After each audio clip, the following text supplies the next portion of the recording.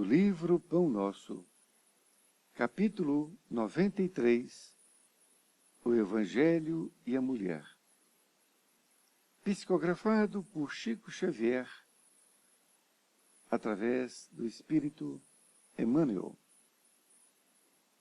93. O Evangelho e a Mulher. Assim devem os maridos amar as suas próprias mulheres, como a seus próprios corpos. Quem ama sua mulher, ama-se a si mesmo. Paulo, aos Efésios 5:28. Muitas vezes, o apóstolo dos gentios tem sido acusado de excessiva severidade para com o elemento feminino. Em alguns trechos das cartas que dirigiu às igrejas, Paulo propôs medidas austeras que, de certo modo, chocaram inúmeros aprendizes.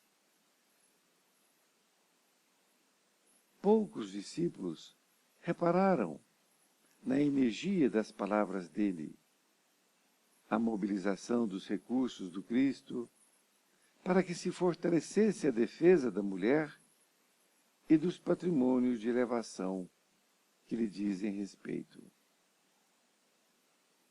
Com Jesus, começou o legítimo feminismo, não aquele que enche as mãos de suas expositoras com estandartes coloridos das ideologias políticas do mundo, mas que lhes traça nos corações diretrizes superiores e santificantes. Nos ambientes mais rigorosistas em matéria de fé religiosa, quais o do judaísmo, antes do Mestre, a mulher não passava de mercadoria condenada ao cativeiro. Vultos eminentes, quais Davi e Salomão, não conseguiram fugir aos abusos de sua época, nesse particular. O Evangelho, porém, inaugura nova era para as esperanças femininas. Nele, vemos a consagração da Mãe Santíssima, a sublime conversão de Madalena, a dedicação das irmãs de Lázaro, o espírito abnegado das senhoras de Jerusalém, que acompanham o Senhor até um instante extremo. Desde Jesus, observamos crescente respeito na terra pela missão feminil. Paulo de Tarso foi o consolador desse movimento regenerativo.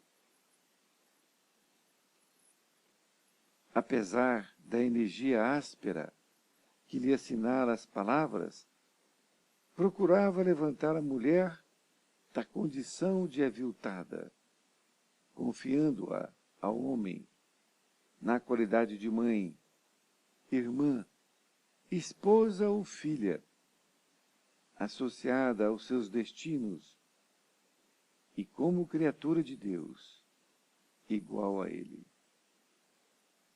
Emmanuel, Pedro Leopoldo, 22 de fevereiro de 1950. Querido amigo, querida amiga, estamos aqui com uma das páginas mais importantes deste livro Pão Nosso. O Evangelho e a Mulher.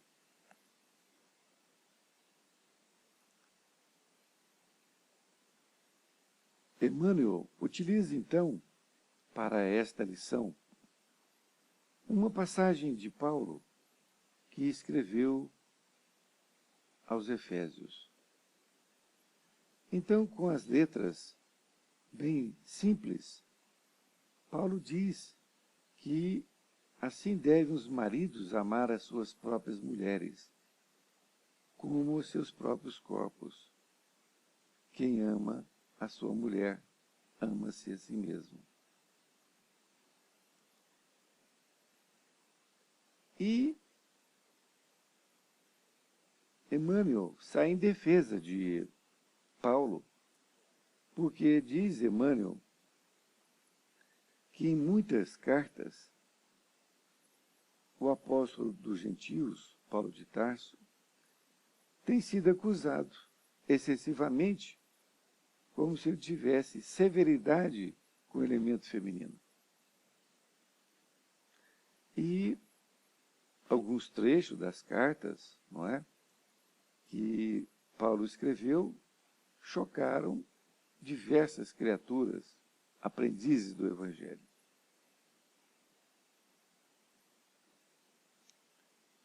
E Emmanuel continua dizendo que poucos discípulos repararam na energia das palavras dele, na mobilização dos recursos do Cristo, para que se fortalecesse a defesa da mulher. E Emmanuel diz que com Jesus começou o legítimo feminismo, mas não aquele feminismo que enche as mãos das expositoras com estandartes coloridos da ideologia política do mundo que lhes traça no coração, mas sim essas diretrizes superiores e santificantes. Então é muito interessante essas colocações, porque Paulo de Tarso foi realmente crucificado, não é, de certa forma. Mas nós vamos, ao decorrer da lição, fazendo essa reflexão como Emmanuel está fazendo, para ver como foi que realmente aconteceu tudo isso. Continuo dizendo que nos ambientes mais rigorosistas em matéria de fé religiosa, quais do judaísmo, antes do mestre, a mulher não passava de mercadoria condenada ao cativeiro. E é exatamente isso mesmo. Naquela época, a religiosidade ou a religião, ela dominava até a política, ou era com ela confundida. Então o judaísmo, ele confundia a política com a sua própria fé religiosa. E a mulher não passava de mercadoria mesmo. Se nós nos reportarmos ao Evangelho, quantas passagens que nós não vemos, não é? Vamos só para dar um exemplo, a mulher adúltera, que nós já tivemos aqui a oportunidade de estudar essa lição. A mulher adulta, ela que foi Madalena, que na verdade não foi adúltera, ela era uma mulher obsidiada. E ela então foi pega para que fizesse ali um processo para pegar Jesus, não é?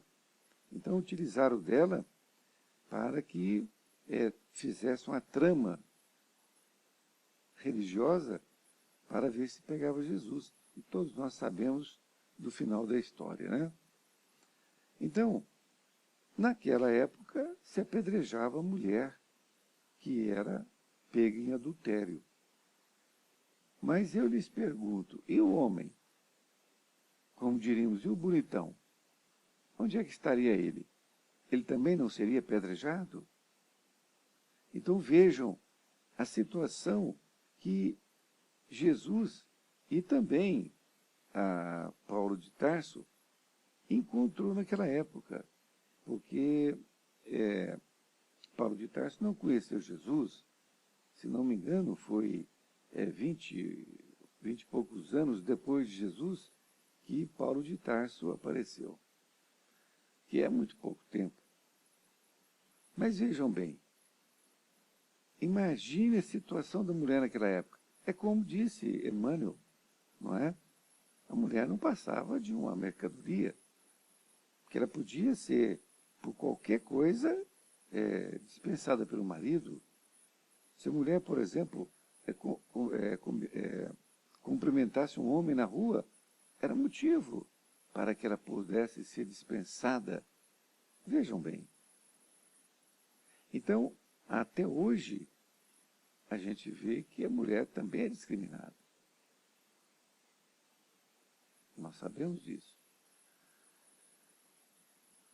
E ele se reporta até um pouco antes da vida de Jesus. Emmanuel fala de Davi e Salomão, que foram grandes vultos, né, da história, e eles não conseguiram fugir aos abusos da época, porque o povo era muito indisciplinado, o povo era muito ignorante. Mas o Evangelho, porém, inaugura nova era para as esperanças femininas. E Emmanuel começa a dizer sobre o porquê de o Evangelho de Jesus ter sido o marco inicial desta consolidação da mulher como um espírito eterno, também como homem, da mesma forma. Então ele fala a consagração da Mãe Santíssima, não é? E é verdade. Maria teve um papel extraordinário, até hoje reconhecido por todos nós. Mas naquela época a mãe não passava de uma serva. Fala da conversão de Madalena, que há pouco falamos, não é? A mulher adúltera. As irmãs de Lázaro, que teve um papel importante no Evangelho, não é? Porque uma dedicava a fazer a comida, ali quando Jesus visitava Lázaro, e a outra dedicava, no Evangelho apareceu assim, né? Que ela lavava os cabelos de Jesus e passava o incenso, não é? O perfume. E também fala das mulheres, ou melhor, das senhoras de Jerusalém, que acompanharam o Senhor até um instante extremo, ou seja, quando Jesus estava sendo levado com a cruz, não é?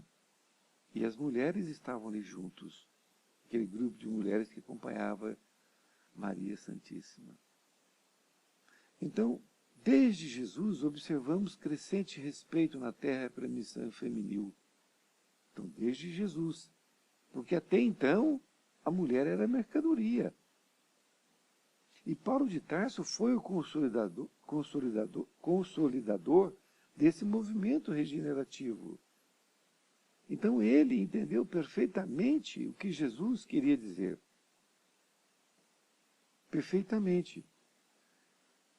Na conclusão, diz que apesar da energia áspera que lhe assinala as palavras de Paulo, ele procurava levantar a mulher da condição de aviltada, confiando-a ao homem na qualidade de mãe, irmã, esposa ou filha, associada aos seus destinos e como criatura de Deus igual a ele. Olha que interessante. Façamos aqui um paralelo. Hoje, nós estamos em 2014, quando agora estou falando com vocês. 2014. A mulher, hoje, conseguiu realmente ter uma posição dentro da nossa sociedade. Mas a mulher que tem lutado para ser igual ao homem dentro da sociedade, nos empregos, elas não têm um salário compatível, por exemplo. E a mulher é discriminada ainda. E se a mulher é negra, ela é mais discriminada. E se for pobre, ainda é discriminada. Nós temos essa discriminação ainda na nossa sociedade. Não tão acirrada como em outros países, mas temos. É preciso que a gente aceite isso para que nós possamos combater dentro de nós. Não no outro, dentro de nós. Para refletirmos se ainda temos essa discriminação, em que teor temos. Agora, se hoje ainda existe essa discriminação, vamos voltando ao tempo. Até pouco tempo, poucos anos, a mulher não votava. Vejam bem, A mulher não votava, era somente o homem. E ainda, há pouco tempo mais, a mulher não era considerada como um espírito, igual o homem, pela Igreja Católica, que era a Igreja Mãe. Somente depois que ela consolidou isso. Talvez por causa daquela ideia de que a mulher nasceu da costela de Adão. Então, como essa ideia, essa história foi aceita por todos, e que, para que o Adão não ficasse sozinho, então Deus criou a mulher através da sua costela, então o entendimento era como se fosse o quê? Uma coisa material para servir o homem, não é? E quando a gente vai, então, voltando mais ao passado, a gente vai vendo, até chegar aqui Jesus, que coloca a mulher numa condição melhor do que já era. Por quê? Foi colocando de uma forma importante dentro do Evangelho. Então, de lá para cá, a sociedade vem melhorando em relação à mulher. Mas, como dissemos, ainda temos muita coisa. Basta nós lembrarmos que Emmanuel escreveu, psicografou esse livro, né, através de Chico, em 1950. Olha, nós estamos em 2014. Então, nós temos o quê? 64 anos. 64 anos mudou muita coisa. Mas Emmanuel já tinha aquela concepção de que a coisa iria caminhar cada vez para melhor.